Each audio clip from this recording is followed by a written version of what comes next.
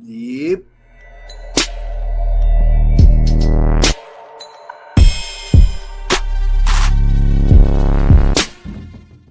Hello, it is time to start the show.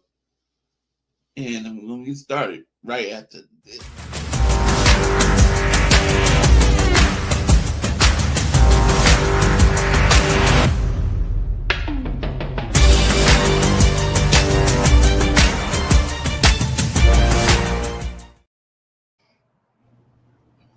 Hey, afternoon, everybody. How we all doing today? Ty, how you doing on this fine Monday? I'm doing well, man. It's a good Monday. How are you doing? I'm good. I want to show the folks. So this morning, I got stuck in traffic. Now, it looks bad. I know it looks bad, but guess what? They walked away. So it's That's a good amazing. Monday.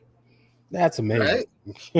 Yes, and indeed. the crash was actually caused by a dump truck losing dirt on the road. Oh, wow. And then it spun one car out into that car, and then it went under the Walmart truck. Kind of like cause and effect there. Yeah. Yes. But yes, I mean that's the bad view of it, folks. The good view, I should have took a picture straight into the driver's seat, because driver's seat, everything's still intact. It was like, no way. Yeah. I was like, I was stuck in traffic in the work truck, folks. That's why I was like, I was like, what is going on here? And then I said, what in the hay is going on here? And I actually took a picture of that too. I was just making dad jokes at that point. But yeah. See, that's what I was stuck behind. So I was like, what in the hay's going on here? I was just making dad jokes to myself, You gotta do what you gotta do to get through the traffic, Yeah. Well, I'm listening to music. I'm just, what can I do? I'd love to get down there. I did around a 200-mile trip, which I can normally do in about 3-ish hours with the local speed limits. Okay. But that accident, it literally took me, it was a little bit over 4 hours to do it, because I was stuck in traffic. But that's insane. Double your time. Nobody died. There's actually a roll. There was another car, but nobody died. So everything's good. Right? That's great. Yeah. Speaking of crashes, let's talk about mandatory minicap. I'm just kidding, folks. I'm just kidding. There's the end of mandatory minicap happened. It's 40 days from that day till when they actually start to ramp up, right? Actual training camp. Yep. That's right. And, during the OTAs and mandatory minicamp, this is time for all the new faces, the new blood, all the young bucks, the guys that we bring in from other teams to start learning the system and feeling out, all the other teammates and what is being a 49er about, right? There's all kinds of reports. And I'll say something about Kittle and Debo here in a minute, because that brings everything to light. But all these reports about, oh, this guy looks slow, that guy looks slow. They're just going through the motion. And I just flashed out and back in, so, Yeah. Something weird's going on, because you cut in and out on my end. Yeah. Well, it's hot, so, the wires might not be doing so great. There you go. I'm in an old neighborhood, so that might not help things. But and a trucker decided to relieve my neighbors of their info cable. Oh, wow. That's crazy. So I live on a dead end street, and it has a hill. It comes up and it goes down to the dead end, right? And you cannot drive a semi with a box, with those long boxes they have. You cannot drive one of those up this street. Even your stacks will get stuck on some of these wires. Okay. Oh, wow. So the guy decided to try backing down the street, and for some reason, I guess the UPS person told them, "Oh yeah, you can just go down that." Dude, the city should have signs saying this much clearance up, to give the guy a break. But yeah, I rolled up to my house. My sidewalk was just a mess of wires. I'm going.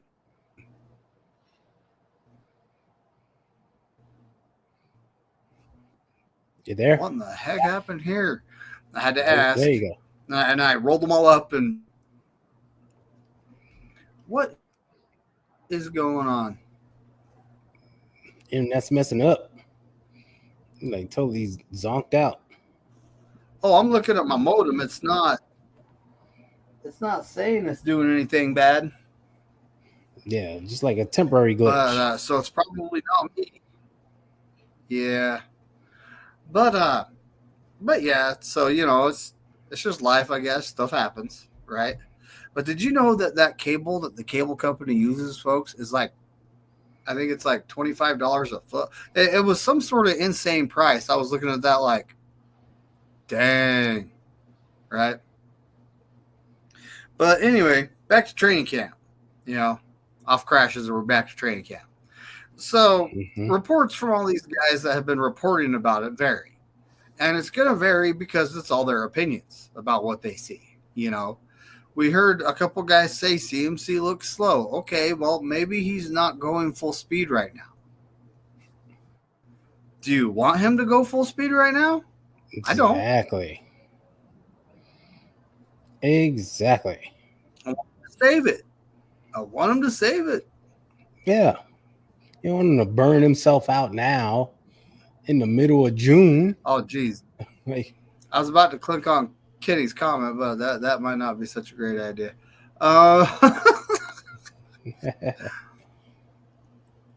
Kenny, what's up, buddy? There we go.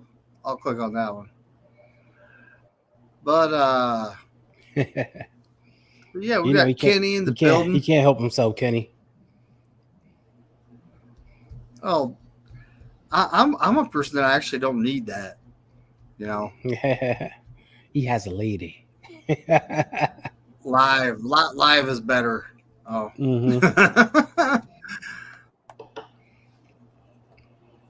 But uh-oh.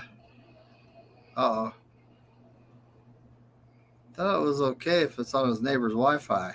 That's funny. No, that is funny, actually. Whoa. Kenny's one of those duffel bag type of guys. And don't ask what we're talking about. Daniel Berry, what's going on, buddy? What's going on, Daniel? But yeah, so back to CMC.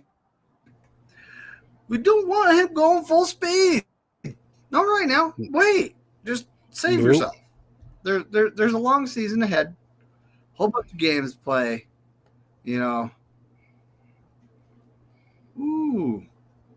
We got Bebop. What's going on? Oh, Spongy doing a Levi raid. I think he's live gaming. I don't know what he's got going on, but he's a busy man too.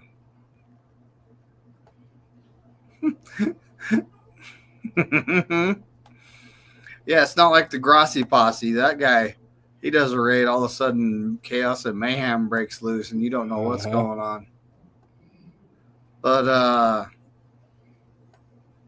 But yeah, so yeah, and then all these just report, like I was saying, reports vary, and it's just going through the motions, learning the system. All the new faces learning the system. Now you saw what all our veterans did, right? Yep. They're working out on the side. These guys been here for years. What do they need to learn? And I 100% see that point. Well, they don't have anything to learn. They know the system. Exactly. Exactly. But that's insane. Now, you got to remember, these weren't like real reports. These are people seeing clips on social media and then just talking about it. That's what it was. It was just social media talk, and it was overreaction. Some people were doing it, to boost their own social media, get their clicks and views up. We know that game that's played. Oh yeah. But other people like jumped onto it, and it was just overreaction. Oh, he looks slow. Dude, we talked about this last week. How OTAs is just for learning. It's just day one installs. It's just that. It's just players go through one walkthroughs. They don't do anything, full speed. The veteran players like the Fred Warners, the George Kittles, etc., they don't even participate in practice really. They just do workout stuff on the side. I mean, if you go back and look through the pictures, you see the picture of Fred Warner like standing off on the side, like with his arms folded as he's watching everyone else go through 7-on-7s and 11-on-11s. Why? Because he already knows the defense. There's nothing for him to pick up. Right? That's true. There's nothing. Yeah, exactly. What is there to learn here, And exactly. It's all the guys like Nick Martin and all like the young guys, West, and all those all the guys. new free agents, the rookies, second, third year players that haven't got many reps. This is for those guys to get up to speed. We talk about 8-9 year veterans, 7, 8, 9 year veterans. They got it. They all right. You want them on the side, taking it easy, and let them just rev it up in training camp when they put the pads on and when it really counts.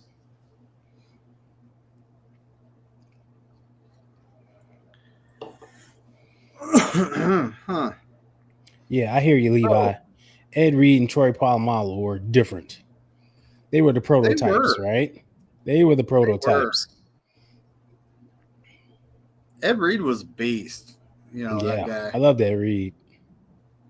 A true center field free safety that could go back and get PBUs, get interceptions, played the full field well.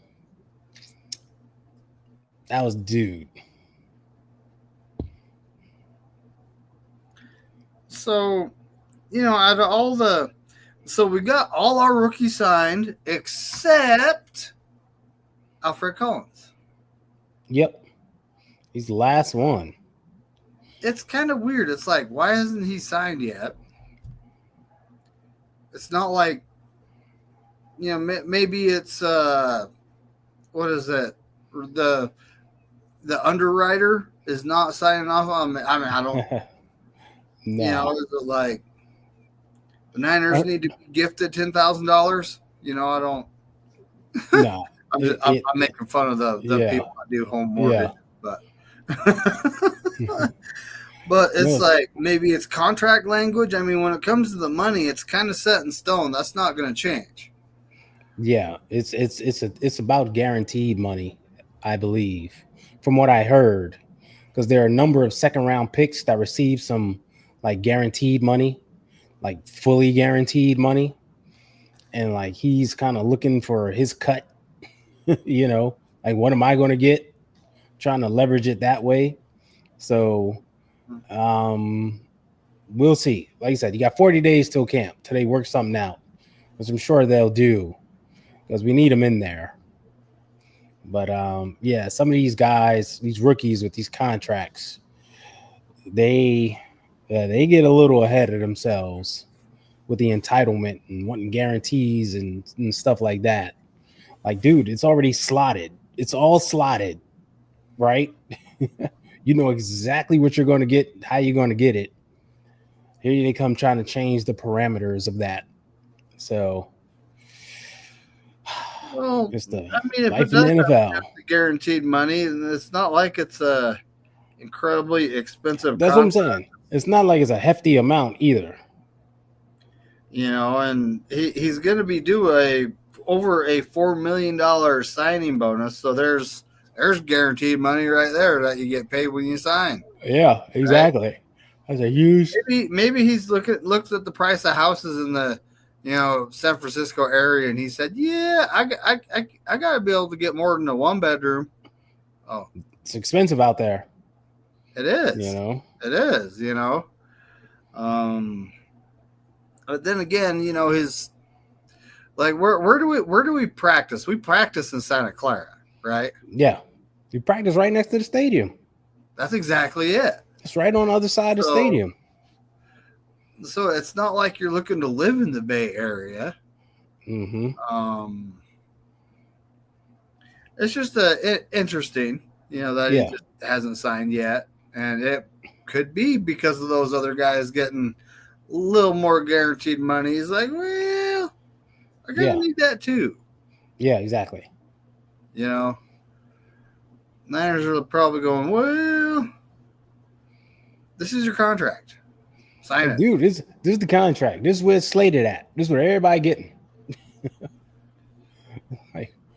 What is there? Now the Bengals, did you hear that news about them and their guy, Stewart? What in the crap is going on there? I don't know. He's holding out, wants more than what they're offering him, I guess. I don't know. I mean, and there's language stuff there that needs to be worked on. So, yeah.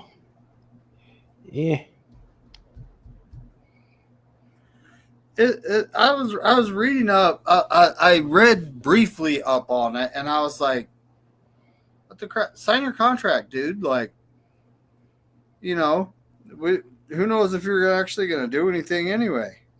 Mm-hmm.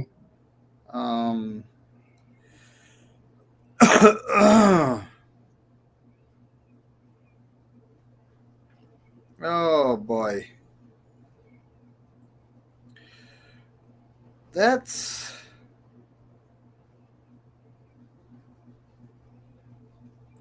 so it's an interesting subject on why it's the Bengals though, right?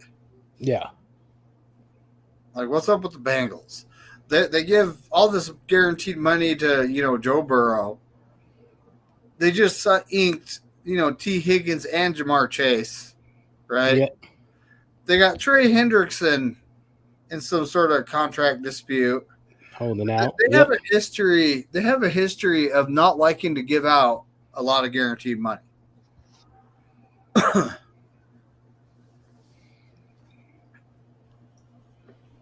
And it's like, I don't get it. Like the NFL contract's the NFL contract. I don't know what the to-dos are right now for Shamar Stewart, right? And the Cincinnati Bengals. I don't know. Yeah. These players want guarantees, injury language, et cetera, et cetera. There's a lot that goes into these negotiations. And that's just, hey, we're going to give you, $10 million over 4 years. Thank you very much. There's a lot involved. So, and guys can be very nitpicky over certain things as we've come to know. So, luckily it's not our problem. We got our first round pick signed and he's in camp and everybody's loving him. So we're good. Mm-hmm. I'm just happy reading. A lot of people saying this guy looks good. And Bosa even said this guy looks different. Like, I don't think we've had someone opposite of me like that. It's like, nah. Oh, we have. D Ford. We have. Nah, not D Ford. He's more of the Arden Key, Charles Omenihu, that type of role. Cleveland Farrell. But I think he has more upside than those guys. So, yeah, he's like a true 3-down defensive end, which is what we've really been needing. Opposite Bosa, Bosa's a 3-down defensive end himself. Great to have another one on the other side. So, yeah, I'm excited for him. So it's over language. It's over a phrase. Yeah, like I said, sometimes that language makes a big difference. It can mean a lot of things. Contracts aren't just, about the numbers. A lot of times the holdup is the language and exactly what it means.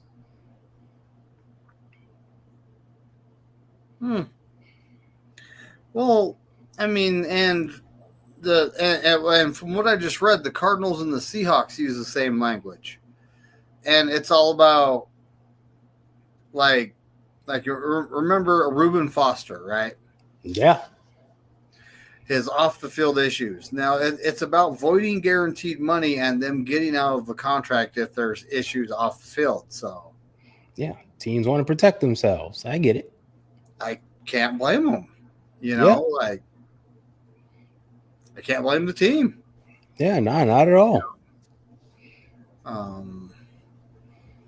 But yes, Bebop, I think you have this right. This guy. And that is true. They are a dumpster fire. Hey, not our problem. Exactly. That's their problem. That's a them problem. 100%. We're okay. Problem. Yeah. But anyway, you know, this is contract negotiations going on around the league, which we're done with that, ain't we? Yeah. Or is it? Except for Collins. It's still reported something about Juwan Jennings, but I don't think we're going to hear a lot about that. It'll just happen. Yeah. You know, it'll happen. Like, yeah, we're not going to hear a lot. They can try to work out an extension for him during the season. If not, you know, we'll see what happens at the end of the season. Yep. And it's not like he's holding out. Nah, he's there and participating. Exactly, and he's actually like been taking part in the practices, you know, and looking good, looking like the number one wide receiver that we need him to be. So he's ready to go. And we know he takes it seriously. So yeah, with Juwan Jennings is something we don't have to worry about. A player we don't have to worry about.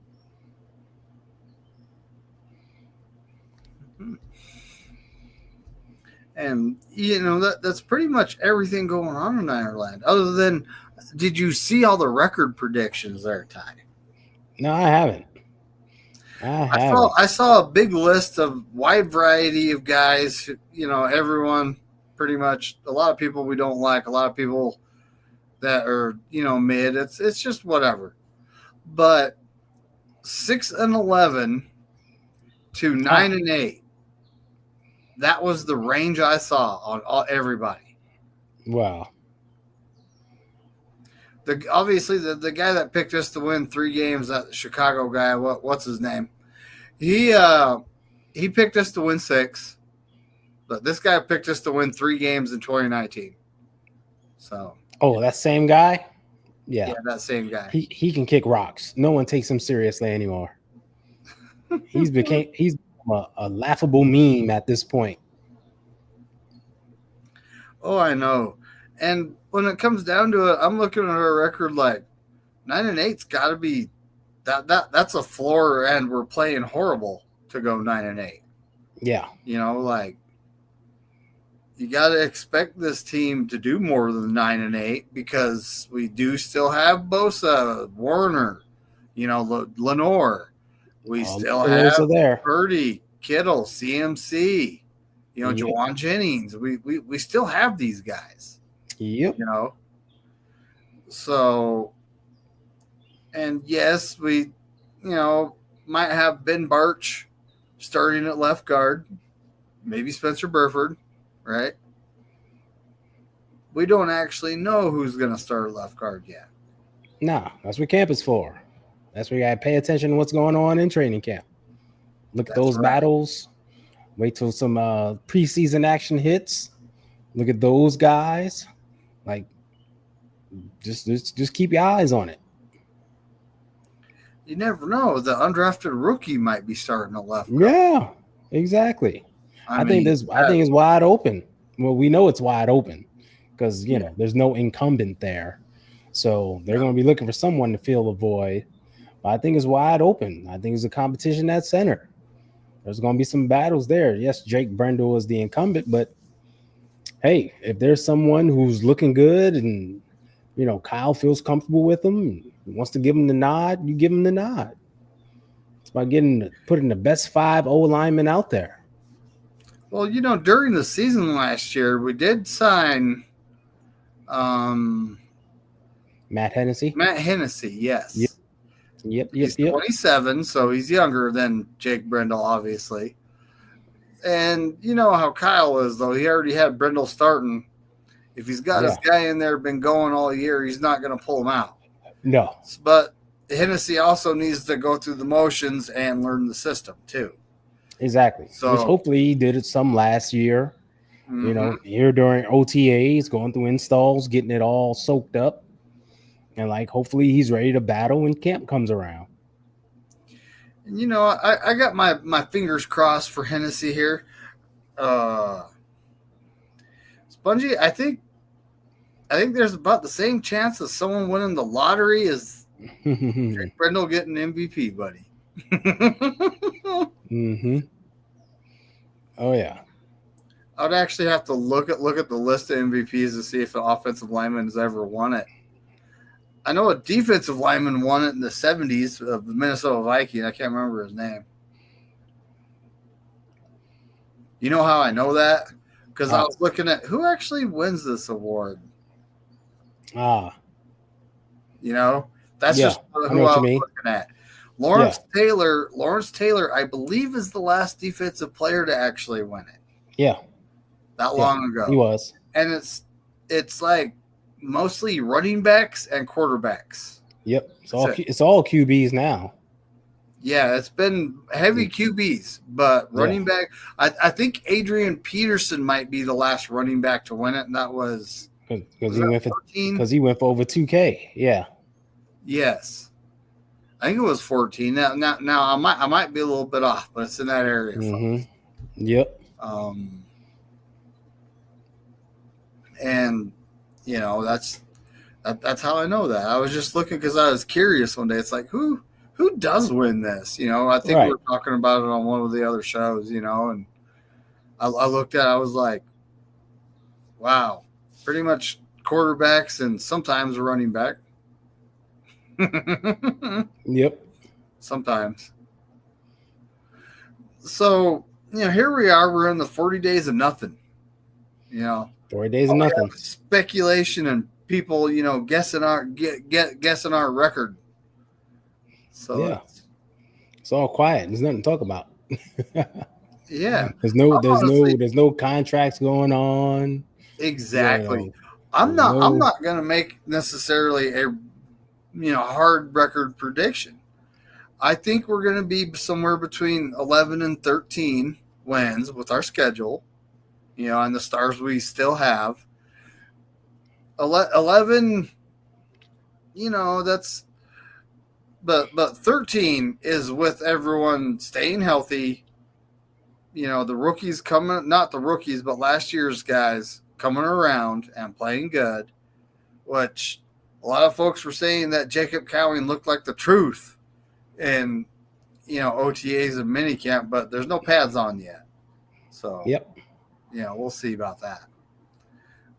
But I wanted to see him get more play last year because it's like exactly a guy that plays fast, and people were saying he looks really fast. Now, a guy that plays fast, yes, Brock Purdy can throw it 56 yards. He did it last season, okay?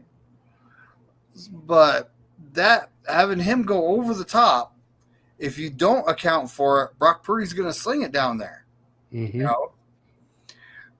all it's going to take is a completion or two, like at the beginning of the game. Now the defense has to account for that. So what's going to happen underneath with Jennings and, Kittle and Purcell and CMC, right? Yeah. So you have to now you have a problem, Well, Ricky Purcell could go deep too. So, let's not sleep on him. He's a deep threat also. Well, he's got some quicks. Exactly, yeah. So, so there's speed out there. If we get Jordan Watkins on the field, he's another speed demon with some quicks. But the thing is, those guys, they are good route runners who possess the ability to get open. You know, the combination of speed and route running, getting out of in and out of their breaks quickly, they get open. So, like, we got good problems. They're just young, right? As the main problem here is that they're all young, but that's all right, because along with those young receivers, we got some veteran receivers ahead of them that can help school them up, show them the way. And when I say veteran receivers, I of course am including, you know, George Kittle and CMC in that category, because we know how good of receivers of the football they are. They understand route running, sitting down in zones, getting open, you know, catching the football well, running after the catch, et cetera, et cetera. So those young guys can see them and learn from them and, you know, pick their brain a little bit, pick up on some things. And we just helps keep this offense rolling. So, you know, there's been a lot of talk about our wide receiver room and blah, blah, blah. Hey, don't even worry about it. Don't even worry about it. Our wide receiver room is fine. All because they're young doesn't mean that they're a big problem and we got to worry about them. You know, it's just a whole lot of we'll see. Yep. You know, and that's why I said 11 to 13. It's going to be, you know, we already have proven guys. They're going to be out there doing their job. The defensive guys, you know, we got Kenny saying Williams will be the only rookie to start. I get the feeling one of those interior guys is going to be starting, buddy. Yeah, I got a feeling one of them will start. You know, that's because the DTs were so thin, you know, coming back. I think one of them will. Well, you know, we got especially Kevin Givens. He's always been a rotational guy, though. He started when people got injured. You know, he's always been a rotational guy. We got, Jordan Elliott, and you know he was in the rotation last year, but didn't necessarily look the greatest against the run, right?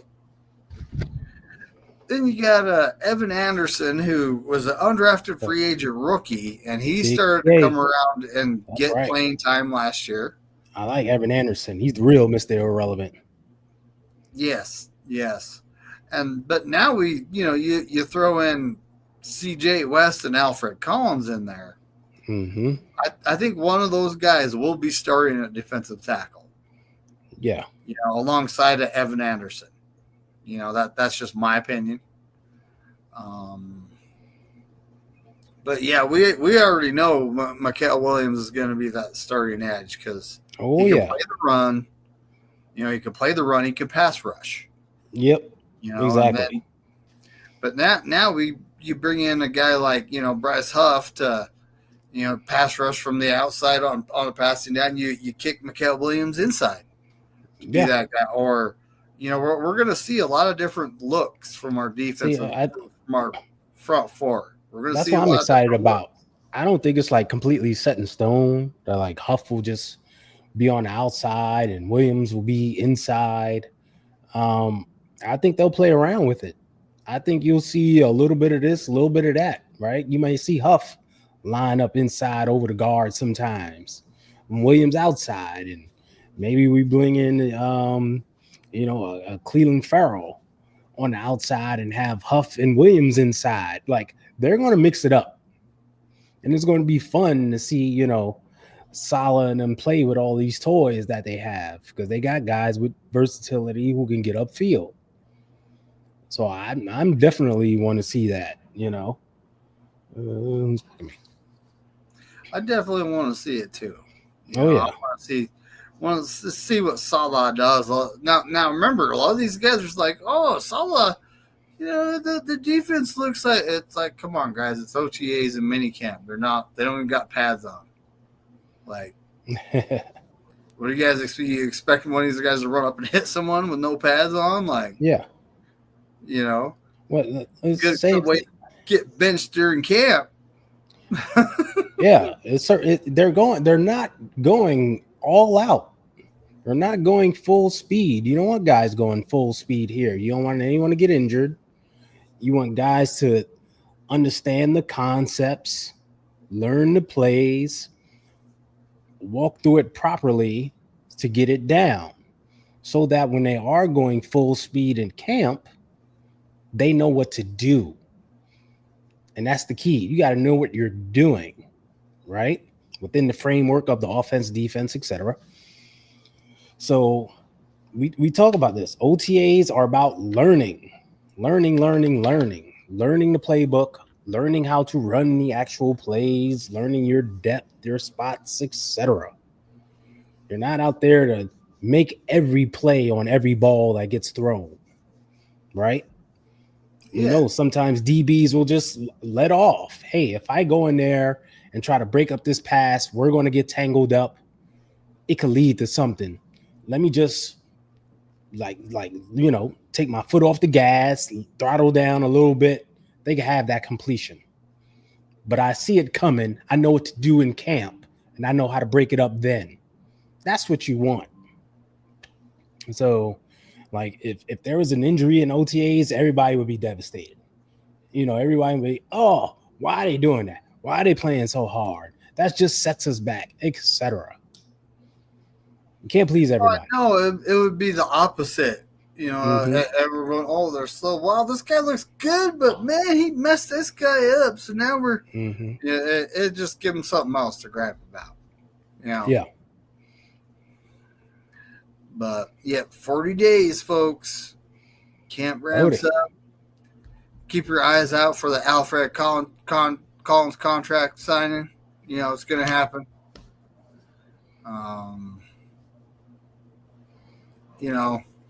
Before actual training camp comes up.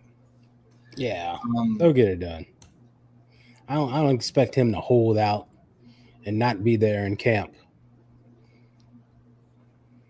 I don't expect him. I mean, a second round pick, you're not going to be holding out. You'll sign and get it in there. You pretty much have no choice.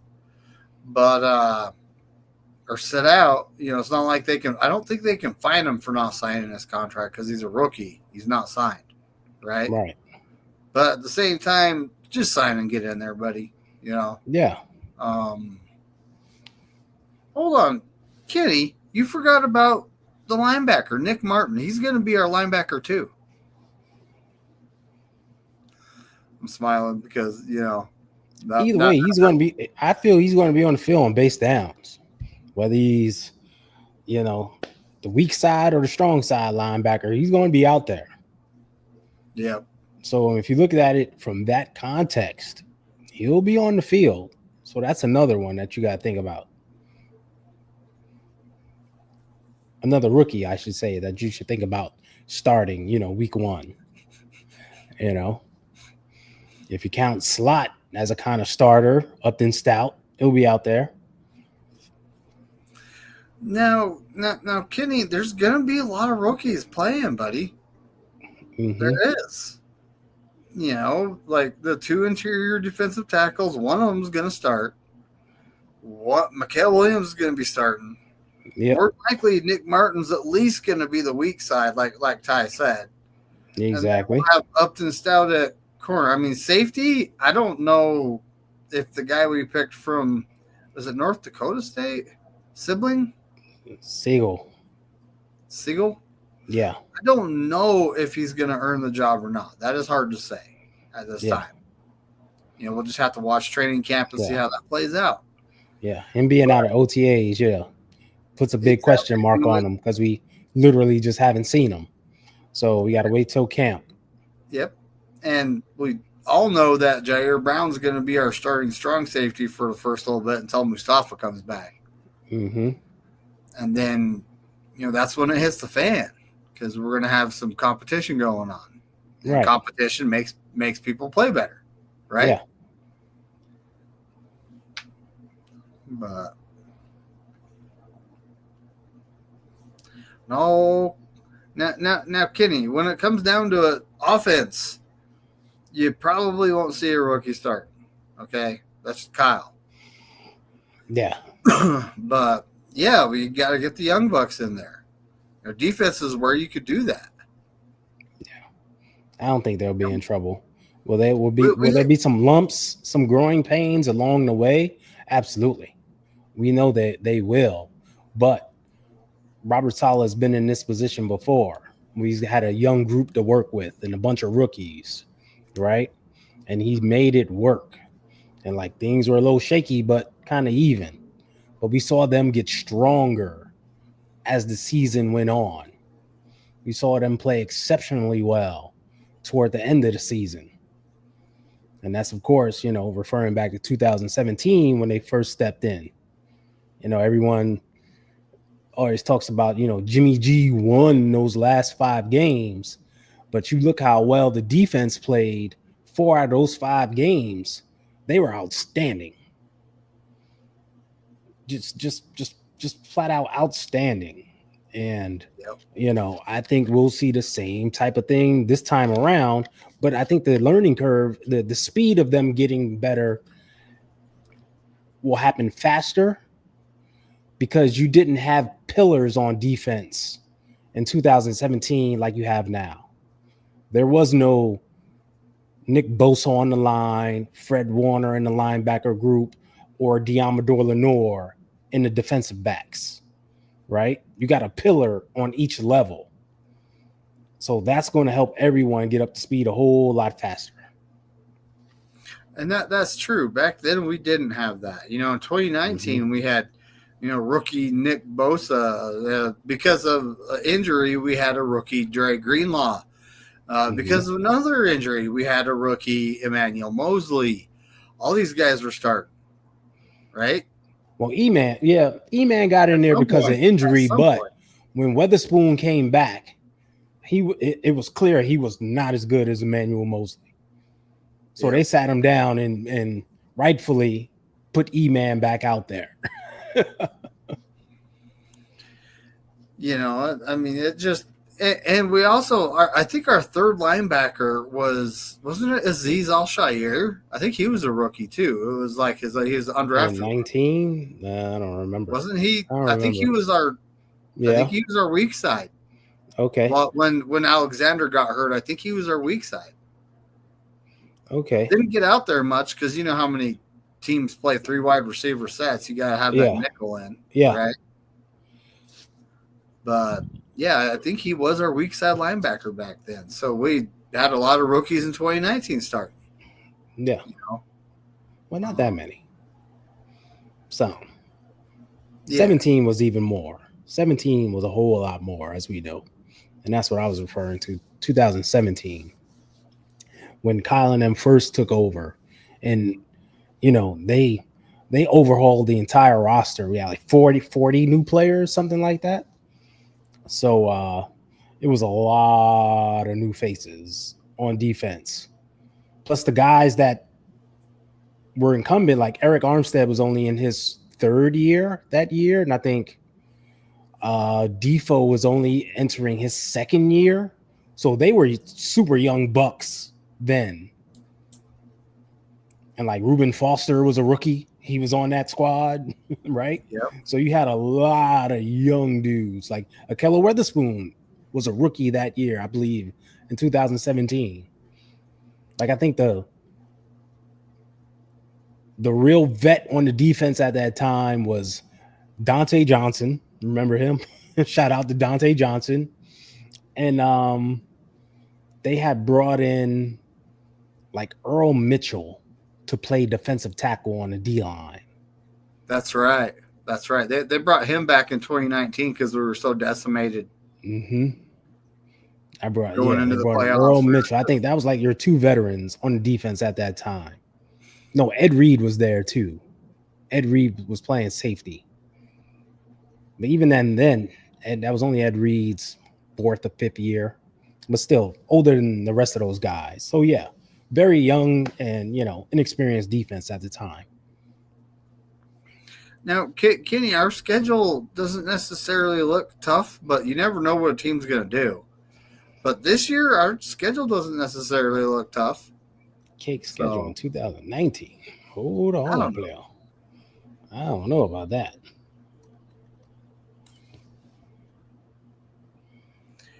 We just went 6 and We had 11. a bad schedule. That's Sometimes, exactly it. Exactly. He gets what I'm saying. All right. yeah. Now,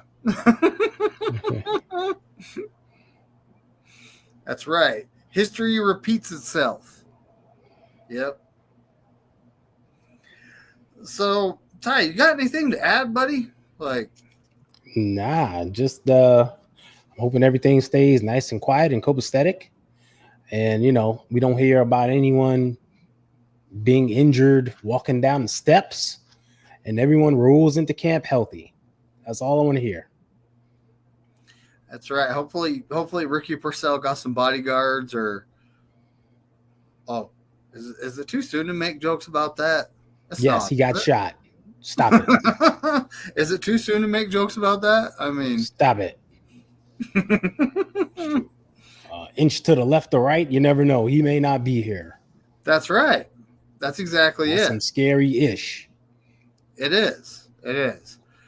But it's like, folks, remember that watch is not worth your life. Mm-mm. Always remember that. So let's get on out of here, man. I mean, Yeah. start my Monday night. All right. Good stuff. So we will see you next week. Well, first things first. We got to talk about what's going on the rest of the week. Yeah. East Coast Red and Gold, is that going Wednesday? Yes, it is. Wednesday night, 8 p.m. Eastern. Tune in. Yeah. Tune in, folks. You never know what's going to happen, right? Mm-hmm. So Corey Davis, 49er Wednesday. Tune in. Last time we were able to sneak in a couple Jack's Box games. Maybe we'll do that again, just because it's the dead time, Yeah. And you never know what kind of ish we're going to talk. There you go. That's what it's all about. Talking that ish. That's why you tune in Wednesday night for Corey Davis, 49er Wednesday. Yep. So, speaking of, hey, everybody, have a great week. As Corey Davis says, go 49ers and F all 31 other teams.